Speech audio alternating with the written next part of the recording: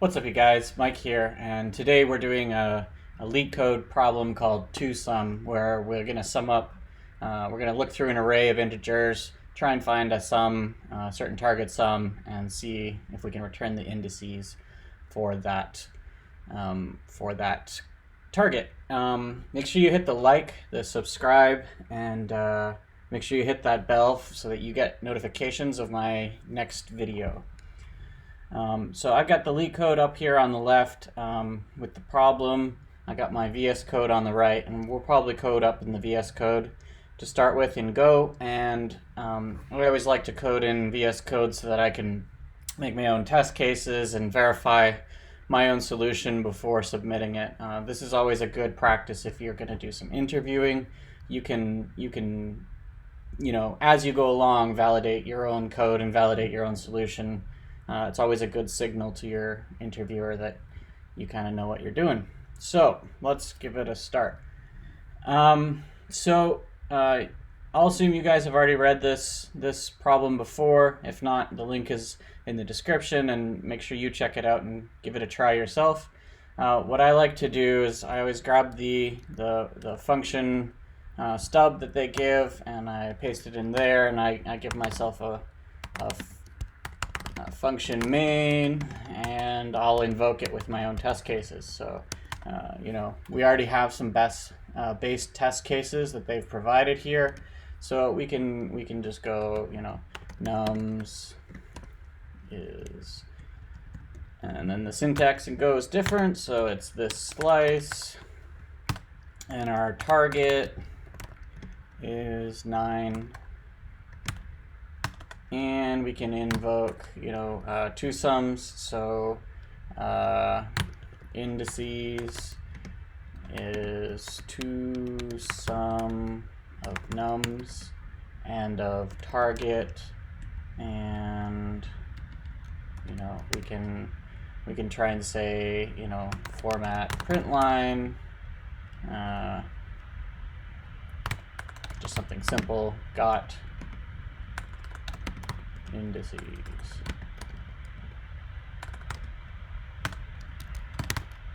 Okay, so even just to make this work, we also have to return, and we can just return nil to start, and we can give this a run just to see how it looks. Let's see here. Show our terminal. There we go. So you guys can see that. There we go. And we can do go run main.go. Cool. We got an empty slice.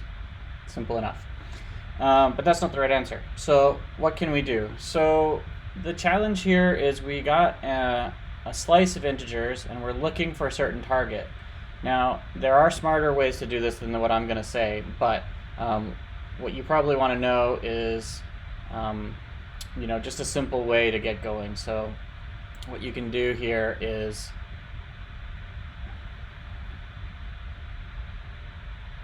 I gotta figure this out. There we go. Got rid of that. There was something over my face there with QuickTime. So what you got to do is find the pair of numbers really that's going to add up. And one naive way to do that would be to just basically look at more or less every combination possible. So one thing that we do have to be aware of is you can't have duplicates. That is, you can't use the same element twice. So we have to be careful about that. But otherwise, we can just give this a go. So in these kinds of solutions, when you're kind of going over all of the items, the first thing I like to do is maybe say like, we're going to range over our numbers. So we'll range nums. Nice. And then what else will we do? Then we're going to look for the second number that goes with it. So we'll have a second number, and we'll range nums again. And we're looking for when I and j add up to our target. So if I plus j equals target, return I and j.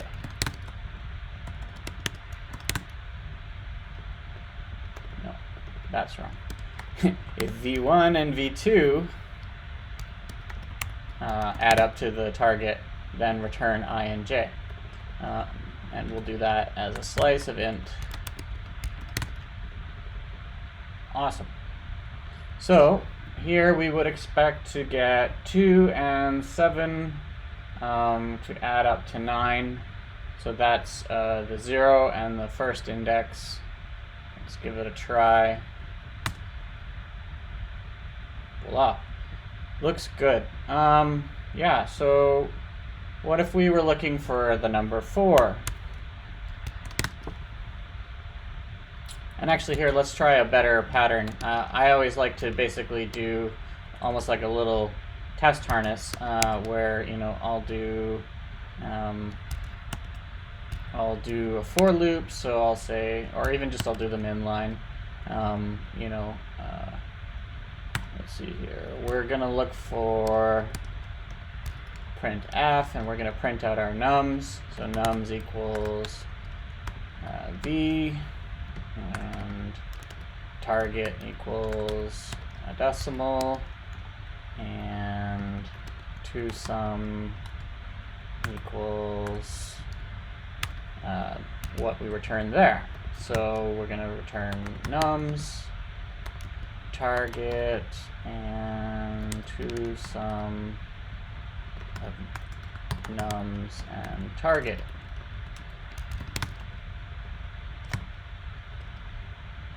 How's that look? Indices declared but not used. I didn't write the file. Awesome. So we can already see we got a problem here. 0 and 0. So we're not able to use the same number twice. So one thing to recognize is that when we're doing our numbers, we have to first of all start in the list past I. You know, we don't want to do duplicates, so the first thing we want to do is actually slice this, and we're going to say take everything from I plus 1 onward. And then let's see here, on each run of that, and then, but now j is actually shifted forward in the original index by I, because it's always past I, and plus 1, which I think will work for us. Let's try this for 9. Good. Let's try it for 7 plus 15, 22. Okay, yeah, that was my vim. Me being bad. There we go.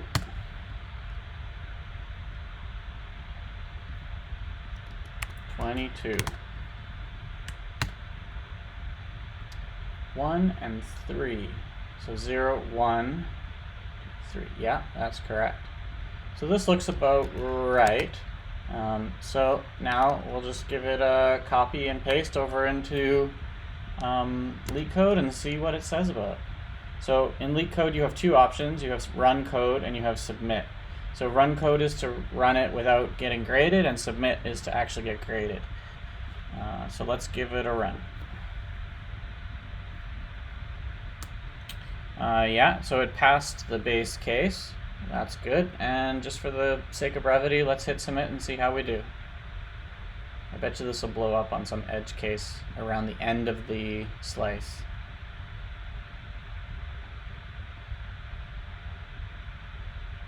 All right, so we got the success. The runtime, again, it's only faster than 28%. That's probably because this is a very naive solution, but there you go. Hit the thumbs up for the like, hit the subscribe button, hit the bell for notifications of the next video. Thanks.